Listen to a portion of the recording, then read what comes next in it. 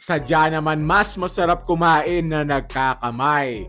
Sa amin sa Batangas, sakol. Ay di are, sako lang kain. Sa video na to, walang kubye-kubyertos. Sisimulan natin sa isang kainan na wala talagang kutsara at tinidor at ang gamit na plato ay dahon ng saging. Susundan natin sa isang kilalang finger food, ang chicken wings. Tatapusin natin sa isang napakasarap na seafood feast na mas pinasarap dahil sakulan ang labanan. Pinaka-crispy, number 1, and lipa, butterfly squid. It's a beautiful day for a food trip. Let's go!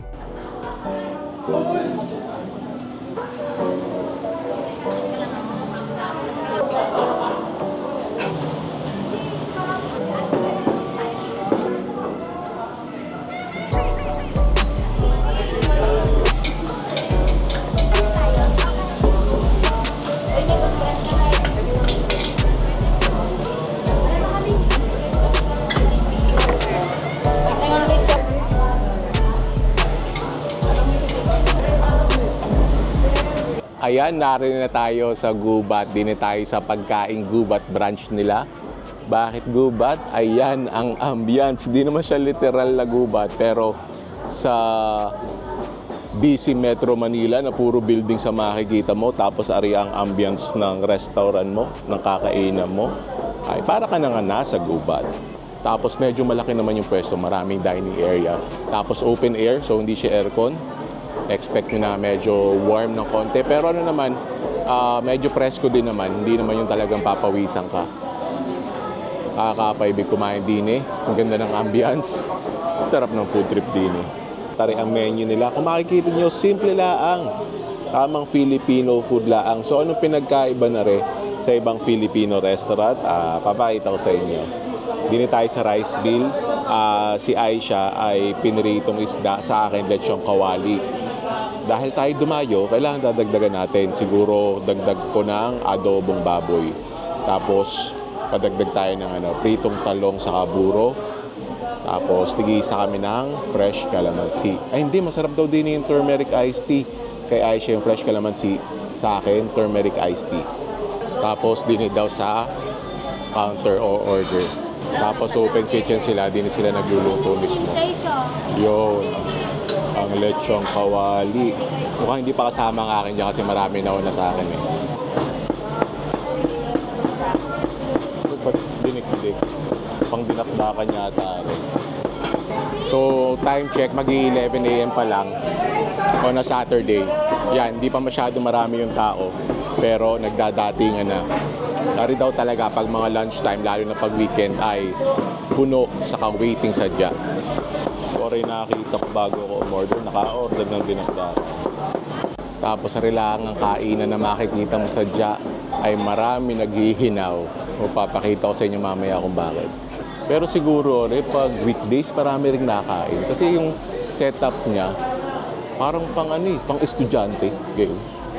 Yan, inilalatag na ang dahon ng saging. Siguro dyan ay may idea na kayo kung anong klaseng kainan meron din sa Gubat. Yun, nilalagay na maulam lang nauna sa akin. Tapos ay sarsa ng adobo kasi adobo rice ang tawag nila dyan. Tapos yun yung lechong kawali. Yan, may kamatis. Tapos itlog na pula.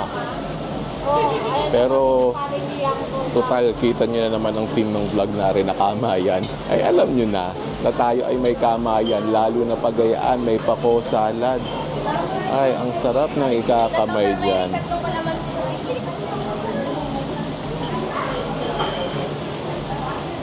Mukhang mabenta nga sadya ang lechong kawali din eh. Tapos ay isi-serve naman sa table nyo yung pagkain. Ayan, sinasabing mga estudyante, oh. Maraming nga nakain din ng estudyante. Ari naman, tapa flakes. Kung rin napansin ni Aisha, in-order niya, kahilig din yan sa tapa flakes. Yung salsa ng adobo. Kamatis. At yun, ang pritong isda. Yun daw ay pritong gumarling. Yan, nari ang mga nauna sa amin. Yung pagdating namin ay naka-order na sila. So malapit-lapit na yung sa amin. Ba, may mga dumadating na nakabike. Mukhang popular din to sa ano, yung mga pagka-bike, di nakakain. May mga solid din yung Hungarian sausage na yun. So may tapa flakes, tapos may tapa regular. Tapos din kanya-kanya ng tapon ng ng dahon ng saging. Yan, tatapon nyo dyan. Tapos maghuhugas na tayo ng kamay. Tandaan yung proper hand washing. Tama ganyan, yung habang kumakanta ka ng happy birthday. Kailangan gayong katagal ang paghuhugas mo ng kamay. Yan, narina sa amin. Kaya pala i-deliver. Yan lang talaga ang pinaka-serving plate mo. Yung dahon ng saging. Guys. Ayan, dahil ay kamayan episode, sakulan episode, dinayo natin na rin gubat. Unahin na natin na rin lechong kawali nila. Siguro naman ay destiny na naipahiwalay na rin balat na may tabang ari. Ibig sabihin, ari na ang ating first bite. Look at that, first bite. Thank you, Lord.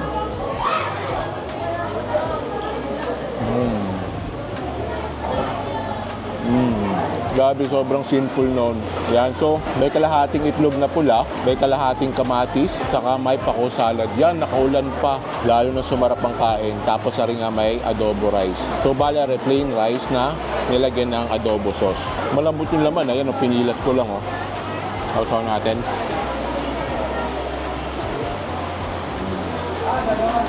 Lambot, saka lasa.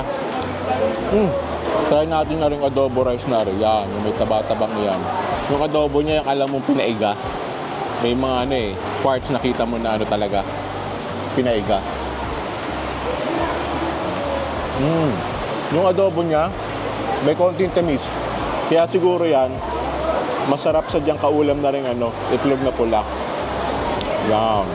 Tapos, lalagyan natin ng kamatis. Yan, itlog na pula, adobo, kamatis. Samahan na rin natin ng pako salad. Iba sa yung pag nagsasakol ka, ramdam na ramdam mo yung sarap ng pagkain. Tapos babawas tayo na konti din kay Aisha, ring blue marlin na rin. Titikman ko lang. And good touch yung may adobo sauce Yung blue marlin niya, manipis lang, pero ang ganda ng pagkaka-salt and pepper niya. Tapos may pritong talong din tayo na may buro. Yung buro niya, sakto lang. Tapos ito yung niya. Ito yung nakikita ko sa mga vlogs yung turmeric iced tea. Bali ang malalasa mo dito, turmeric saka iced tea, wala masyadong tamis. Na okay sa akin kasi ayoko na masyadong matamis. Try natin tong calamansi juice ni Aisha. Ito, fresh calamansi juice. Ganun din, parang hindi masyadong matatamis yung timpla nila. So okay lang naman yun para sa akin, pero kung kayo na gusto nyo ng matamis na drinks, hindi ito para sa inyo. So ito namang gubat, basic na masarap na Filipino food. Ang nilang talaga, ang pagkakaiba niya sa ibang restaurant ay sa kulang kain, tapos ang ganda ng presentation, very eco-friendly. Tapos ang ganda pa ng ambience. Tapos yung presyo niya, kung titingnan mo, parang medyo mahal. Pero kasi, kumpleto na May gulay ka na, may appetizer ka na, marami naman yung serving ng ulam. Di ka sulit na iyan. Saka, I'm sure, for a lot of people, including myself, yung gantong setup ng kanin, it will bring you a lot of nice memories. Ito, halimbawa, yung nasa beach ka, or kami personally, family namin na umakyat ng Hinulugang Taktak, nag-picnic after magsimba sa Antipolo. Ganito kami lagi noon, nakabalo sa dahon ng saging. Tapos yung mga ulam namin Saka syempre, Pinoy na Pinoy yung dating. May enjoy mo yung Filipino food, Filipino ambiance. Tapos kita nyo, ang dami kumakain dito, mga nag-enjoy, mga grupo, bonding kasama ang pamilya. Di ba, ganoon naman yung masarap na kain talaga. Pero overall, an amazing experience. Try nyo din sa gubat. Sama nyo yung pamilya mo.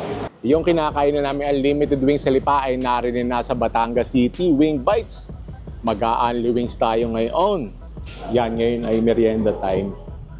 Almost 3 p.m. Pero kita nyo may mga kumakain din. Pero pag mga lunch saka dinner, daming kumakain din Tapos meron ding taas. Doon tayo sa taas. Yan, malaki rin yung dito. Yung pwesto dito sa taas. So talaga siya, pang groups talaga siya. Family and friends. Pero pwede rin pang date. Marami rin nagde-date Kung gusto nyo nga pala magpa-reserve, pa-flash ko yung fan page nila. Pwede nyo silang kontakin.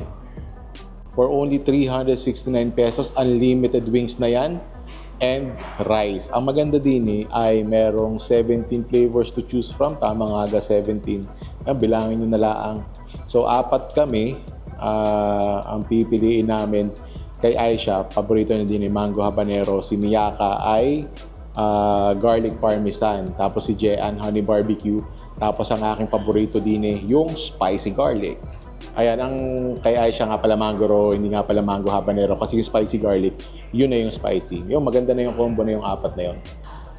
Ano na yun, merry mix of different flavors. Kung ayaw nyo naman mag-unlimited, meron yan. On the go sila, meron din sila yan.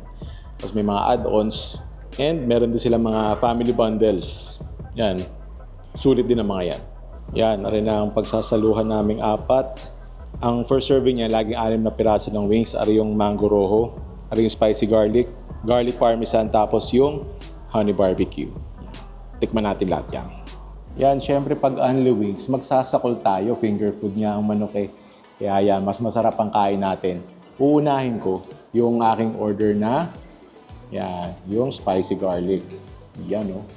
Ganda ng kulay, no? Very appetizing. Yan. Tapos makikita nyo naman yung pinaka-plain niya na manok. Kita nyo na ano na, may lasa na yan, saka very crispy na yan. First bite. Thank you, Lord.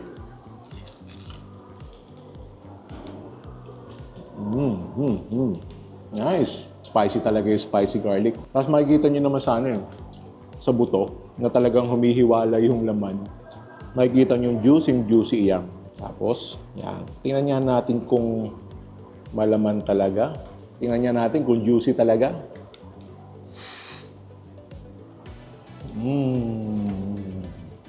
Almost 1 down. Tapos pag masarap talaga ang manok, aking tip, di rin pinapalampas yan. Kung Olympic sport, ang pagalingan ng pagkain ng wings ay may gold medal na tayo. Tapos, hari yung yung garlic parmesan. Ang gusto ko sa wings ng wing bites, yung hindi kalakihan. Although sa unang tingin kasi parang okay na malalaki eh. Pero siyempre sa only wings, ang goal mo dyan, makakain ng madami. So kahit maliliit lang, kahit mid-size lang, only wings naman order ka lang ng order. Tapos, kasi pag malalaki, mabubusog ka agad. Eh pag ganito na may 17 flavors sila to choose from, maganda yung hindi ka kagad mabubusog para matry mo yung mga flavors nila.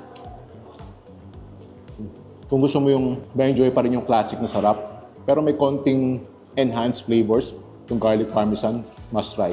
Ari naman yung honey barbecue. Parang first time ko matatry itong honey barbecue. Try natin.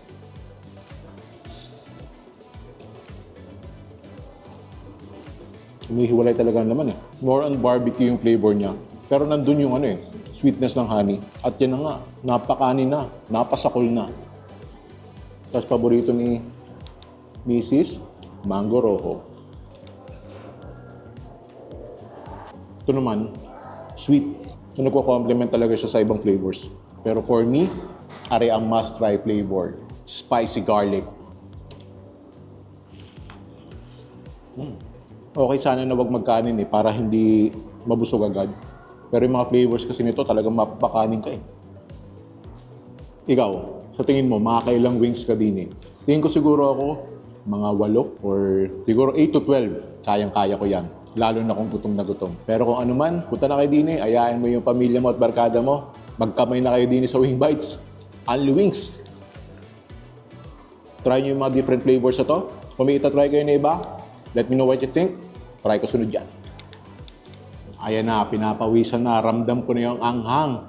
Ramdam ko na yung sarap. Mapaparami na ng kain. Kakain na kami. Kaya kita-kita tayo sa sunod na food trip.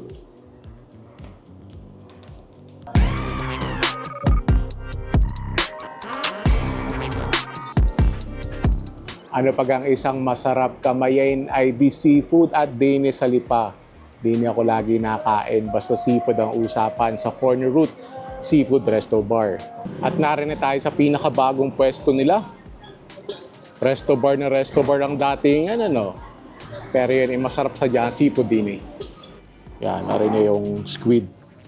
Para sa butterfly squid ko. Tagal ko na hindi nakakakain nun. Tapos narinig yung kanyang breading na nilagyan ng pampalasa yan. Tapos yung baked scallops, baked mussels, Butterfly shrimp na merong cheese. Yan, toast na.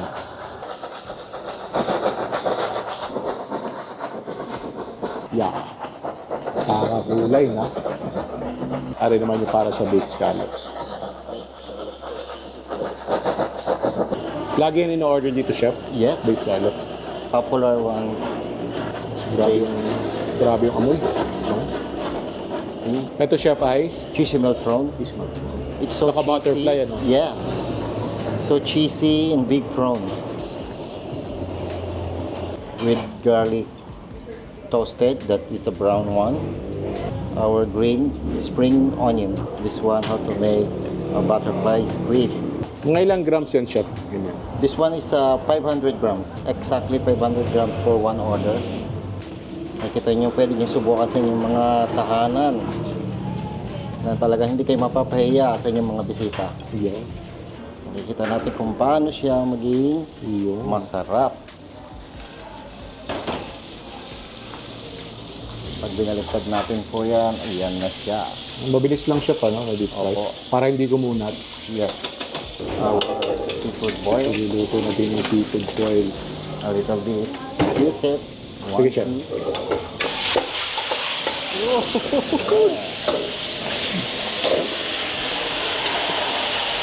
Ay, kung hindi ako lumayo eh. Sunog ang kila. Pinagmamalaki sa ating lipa. Seafood foil. Ready Oh, na siya. Ayan. Tatayo na siya ang butterfly squid natin. Pinaka-crispy, number 1, in Lipa. Butterfly squid. Only here in the Corner Road. Our seafood boiled with lobsters. Look at Ano the bali siya lobsters. pang makasama niya both sa lobsters? With sweet corn, mussels, we have a scallop, shrimp, crab, and sausage, and marbled potato. Masarap na masarap. The best po. Yan, makikita natin sa seafood boil. Wow. Yan, pe-plating na. I-plating na po natin. Ang una, lagyan natin ng ating sweet corn. And then, crab. Yan. Yan. Dito natin lalagay. Yan. Yummy. Yan, ang ating scallop. Pinakamamahal na lobsters. Yung Yan. Dito lang yan sa Corner Road. Punta na kayo. Yummy, yummy.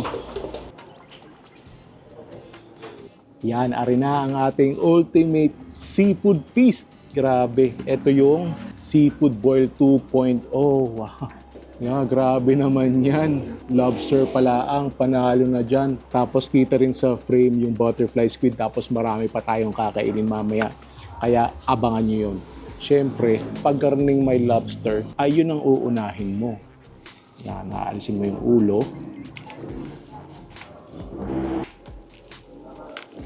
Oh, mukhang malaman. Mukhang malaman. Yan. Yang ganaman eh hindi mo kakamayeng. Tapos, ari sadya ang panalo din eh. Yung kanilang shibang sauce.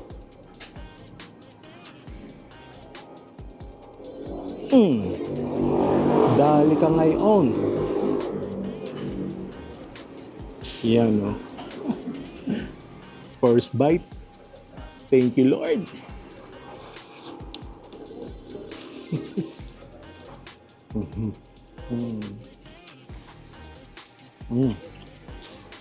Yung fresh saka plump na lobster na ang ganda na pagkakaluto. Not chewy at all. Tapos yung shibang sauce. Ari yung mga sauce na papapakin mo. Tapos, pag meron din shrimp. Yan. Sa pang... Kasi ang seafood naman talaga, dalawa ang hahanapin mo dyan eh. Una, ako personally yung fresh na seafood, check aridini sa corner root at masarap na sauce, either dipping sauce or yung sauce na nakalagay. Kunin niyo yung shibang sauce, isa pang check din sa corner root. Yan, dini din sa shibang sauce.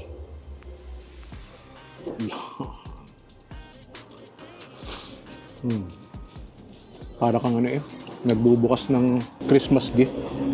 Tapos syempre, crab. Mataba yung crab nila. Mamaya yung sipit. Pipit-pitin natin yan mamaya.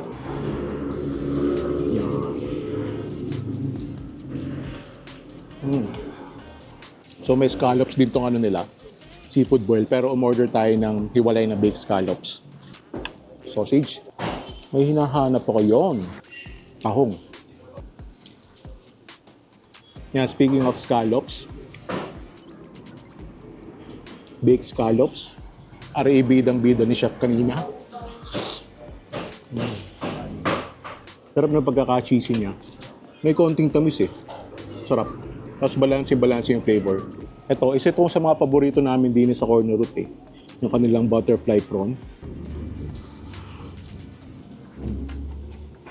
Same yung toppings na ginamit.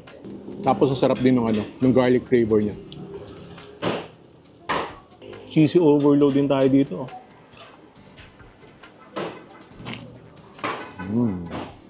Gabi yung cheese niya. Sarap patakin. Tapos arena. Kunin natin ang ulo na rin yan. Butterfly squid. Laki 500 grams. Ari yung sauce niya. 3 sauces yung kasama Pero di na ako sa, mukhang oily. Ang galing ng pagkakaluto ni chef na yun. Crispy yung labas, tapos tender pa yung yung pusit, hindi kumunat. Tapos ari yung paborito ni Aisha na crab fried rice. Tapos, aring butterfly squid na pagkakasarap, sasawsaw na rin natin din sa shibang sauce. At yan ang uulamin natin din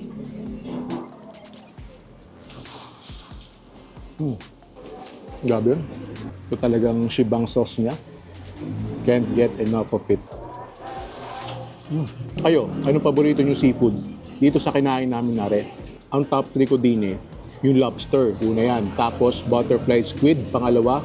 Tapos pangatlo yung cheesy prawn na binutterfly. Sarap din yan. Ayan, dito na natatapos ang ating kinamay sinahol episode. Ano pa ba mga masasarap sakulin? Ano pa mga masasarap kamayin? Let me know in the comments, pupuntahan natin yan. Hindi pa dito natatapos ang food trip natin Pwede nyo ako samahan sa isa pang food trip din Click nyo tong video na to kasi pakita ko doon ay iba pang masasarap sa Lipa. Around the world food trip tayo sa Lipa. Click nyo to pagkatapos ito. At syempre, make sure to click on the subscribe button and notification bell para kita-kita tayo sa susunod na food trip. Thank you for watching. I'll see you in a bit.